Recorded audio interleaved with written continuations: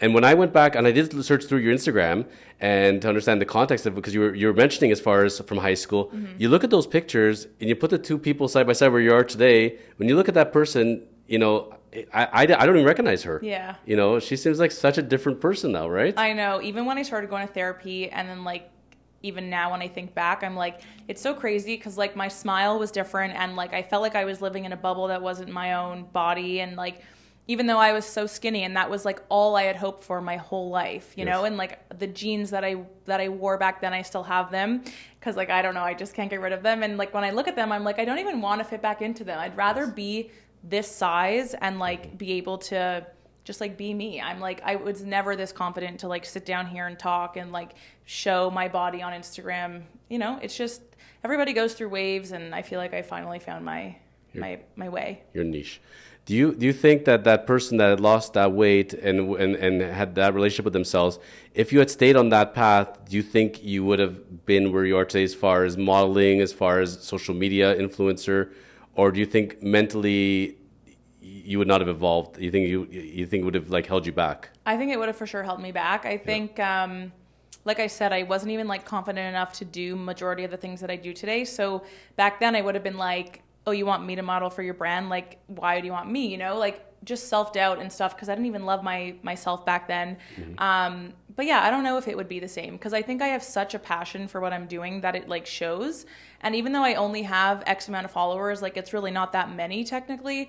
It's like a core group of loyal people who like appreciate what I'm doing. So yeah, I don't know whether I would have evolved in a different niche because it would have been more like fitness and weight loss, but I'm really glad that I'm not there. It's funny. We were talking off camera before about podcasting, starting up a podcast, what that's like. And you bring that up as far as the influencer, then what's the measure of a success, right? And I get asked all the time, how many likes did you get? How many people are following? How much did they gain there? How many comments did you get? And there's so many different mediums now, right? Yeah. Between all the different ones. And that can become pressure in itself as far as what is a successful influencer and what isn't. And I can tell you as far as like what we're doing, as far as, you know, speaking and spreading positivity, I stopped looking at that a long time ago. Like it's there and I know it's there, but if I enjoy it and and the guest enjoys it and we get good comments back, you know, you can have like 100,000 views, but it's a lot of negativity. And you can have like 5,000 views and all of a sudden like, you know, 50 people liked it, but they're really engaged in it, you know? So there's all measure for all of us of what's success. For sure. That being said, you know, for what you're doing, you know, very few people can do that as far as actually being on social media, putting it all out there. Like it's all pretty much out there, right? Yeah. Like you're not holding back, you're getting change, you're going here, you're drinking this, I'm getting changed again. This is my new outfit. This is you're okay with that. And it's you know, to connect with your audience that way, did you find that as a struggle starting off? Was there limitations? How did that evolve for you to being the social media influencer you are today? I mean, I definitely worry about judgment. I'm like a human. So even though I try not to, and I'm like, it is my body and I get to post what I want, there's always judgment. And there's always people who are going to, you know, think what you're doing is stupid and embarrassing and you should just get a real job and like all those comments, you know? And there's like a feature on Instagram that you can see people who like send your post, but you can't see who did it. So like when people send posts, you automatically think that they're like making fun of you or talking shit about you. So yeah, I obviously second guess myself, but at the same time, I'm like, look where I've come from by myself and look where I'm going. And I've made this into my job and I make money from it and I love it so much. And I wake up every day on the right side of the bed because I'm doing what I want to be doing. And so yeah, there is obviously the part of me that looks at likes and comments and hateful DMs. And I'm like, but sorry for swearing. That's okay. We'll edit it out. But you know, I'm like, it is what it is. This is me. If you don't want, like everybody has a choice. And I heard this amazing metaphor once on social media or analogy. And it was that like when you go onto somebody's page, it's their living room and you choose to sit in on their living room in their conversation. And if you don't like the conversation, then you can leave. Yes. But there's no need to come into the conversation and follow the conversation and then share your hateful comments. You have the choice to leave whenever you want. And you can even like block the person so you don't have to see their posts. But there's no need for those like trolls who sit the keyboard warriors who sit and make fun of people, you know? I got to tell you, like, I love the trolls in a certain sense. Yeah. We talked before, you know, and I commend you on what you're doing at your age, because I can tell you at your age, I didn't have the guts to do what you're doing. I was blogging, and you know, I'm a gifted writer. You know, there's certain things that God gives us, and mine was the ability to write and to talk, but I didn't have the courage to speak it, so I wrote it. And even when I interviewed, we did it all through writing, and that was my comfort zone. The thought of sitting and thinking of millions of people over the world watching it would freak the heck out of me, you know? But even still, when I was doing it from that realm, the worst thing I thought when you write something, when you speak something, is when there's really no reaction at all. Yeah. And I explain this to other guests when they come on and they're not used to it, and they said, "Oh my God, look at that comment! It's so hateful." I'm like, you have to understand, you hit a nerve, so you got a reaction, good or bad. They are reacting, which means you put something out there. Right. That's a great thing. And if you don't succeed, you're not going to get trolls. Like, that's the way it goes. For sure. The more successful you're going to be, the more trolls you're going to get. You're just going to learn how you're going to manage it at the end of the day. But it's funny, like, even some trolls, when you do respond back to them and you call them out on it, but in a nice way, you can turn them around real quick, because it's very easy to just throw out hate and let it go. When somebody's actually calling you out on it and actually talking about why you're saying what you're saying, or maybe there's an inaccuracy, they're like, oh, wow, this person actually values my opinion, and then they become your biggest fan all of a sudden. Yeah, for sure. Yeah. It's so easy to hate on someone when you don't know them, like you said. Like, when you see a video of me or listen to a podcast that you were making, they don't know us. So, like, for them to say you suck or this is silly or whatever they're going to say, like, it's so simple. And I could do it too. Like, I watch people all the time who trigger me or who I don't agree with their stuff. And I would never write a hateful comment. I would write my opinion, but I wouldn't write a hateful comment, because it doesn't get me anywhere, and B, like, it just hurts them for no reason. So I'd rather either DM somebody privately and have a mature conversation or debate about a topic, or just pass by the content. John and I have been talking a lot about, like, triggers, because when we first met, I was like, oh, this triggered me and that triggered me and this person. And he was like, well, it's like, when something triggers you, it's your responsibility, right? And I was like, no, it's not. And he's like, yeah, it is. And it just, like, has taught me that it totally is your responsibility, because everybody has a different opinion and everybody has a different niche. And you can find people who have the exact same opinion as you, and you can just watch those videos over and over again or listen to those podcasts, but it's not going to teach you things that are outside of your opinion and outside of your realm. And it's important to have both sides, right? So, like, if something does trigger you, it's your responsibility to realize why it's triggering you and move on from that. You don't have to consume that content. That's the privilege of social. You get to follow and like whatever you want. When we're talking like this, my image of the person sitting and watching this, whether it's on their phone, on their computer, on TV, they pulled up a chair beside us, exactly like you said, and they're hanging out with us, and they get to watch. That's the conversation. Like, this is the kind of conversation we'd have sitting at the gym. Now we're putting it out there so people can enjoy it, certainly. So that being said, now, people that are listening, especially, let's say, the younger generation, a young girl, young guy, inspiring one day to be a social media influencer. I read your story as far as you were working before, as far as that 9 to 5 or whatever you want to call that paycheck job.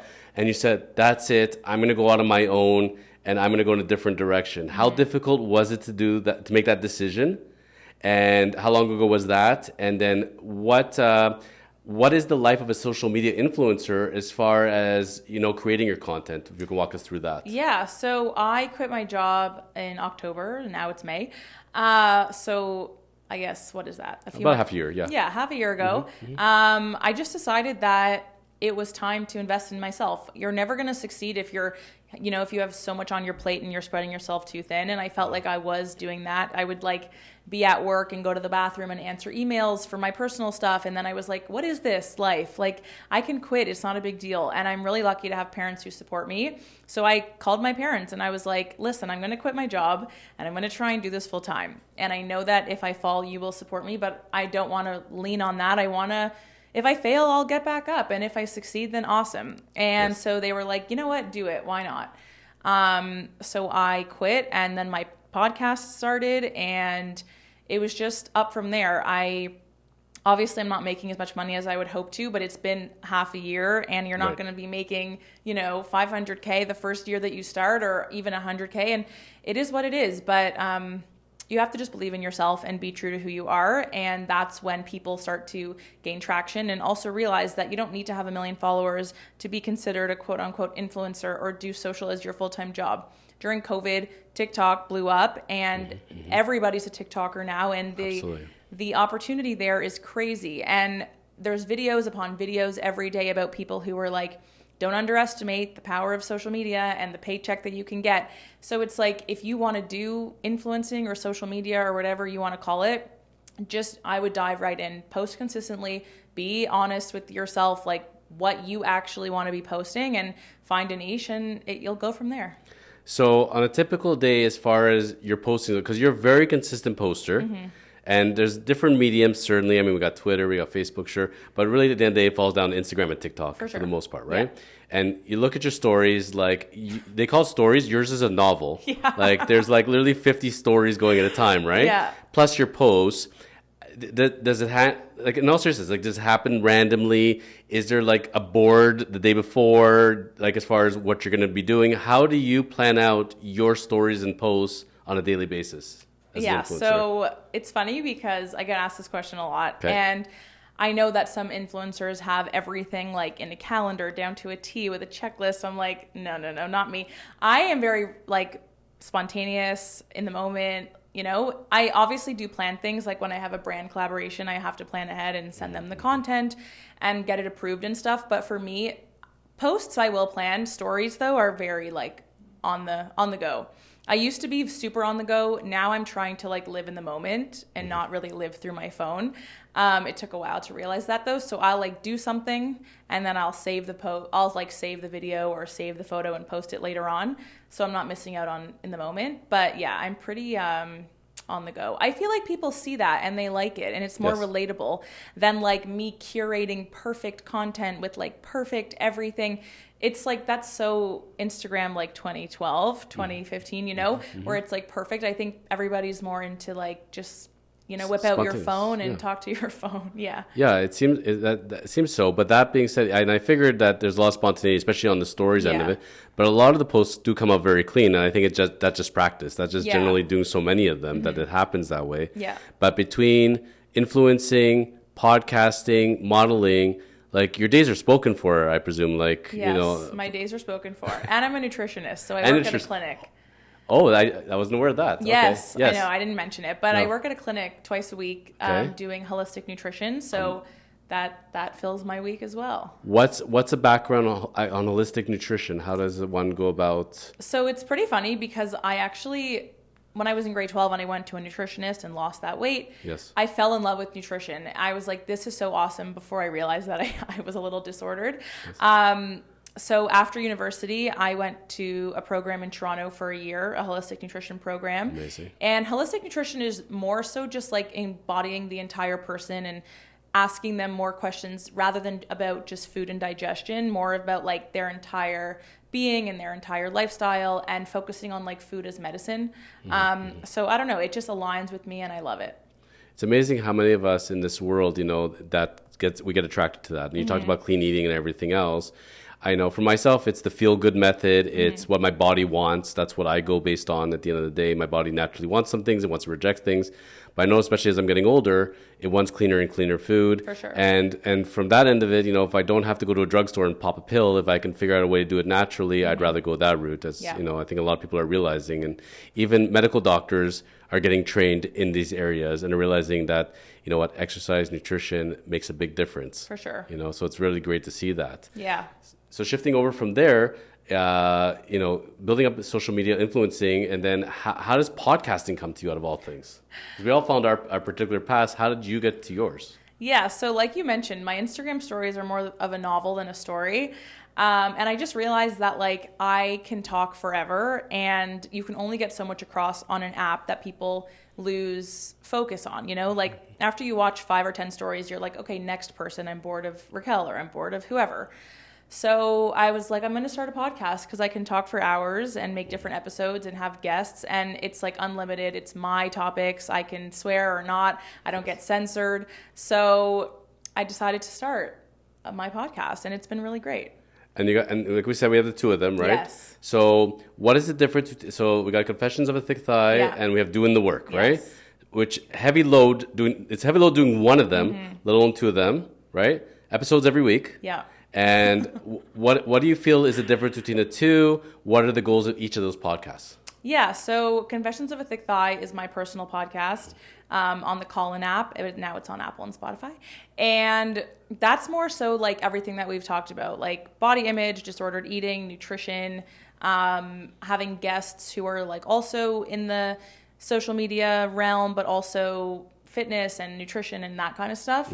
So it sort of like stays like that. But I also talk about like female stuff or like random things, and then John and our podcast is called Doing the Work, and it's a lot of fitness and body image as well, and nutrition, but it's also, like I mentioned, childhood wound healing and taking responsibility for your emotions, and more so like stuff like that. John's like really intelligent, and like I said, he's levels, like he's on another planet somewhere. He really is. Yes. And he's done a lot of like self-work and internal work, and I haven't. So he's really helped me like realize that internal work, and again, things like therapy and stuff like that does not mean that you're weak. It actually means that you're like doing good for yourself, and also just like how to deal with certain situations in life.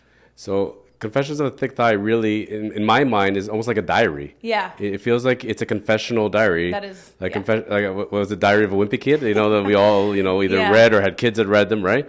And it's almost like sharing like your pain, but it's healing because you're putting out there what your thoughts are, good or bad. Yeah. And being able to share that with the world. And with John, it's almost like it's therapy of a different level. It's therapy for each other. For sure. And it's just putting out good information. Yeah, totally. It's been really fun to have a podcast with someone else because you can bounce ideas off of each other. 1,000%. Just like what we're doing right now. It's like I've found it really tough with Confessions to talk to the wall because I'm talking to myself. But I really I have to plan ahead, come up with topics, and also guests really help.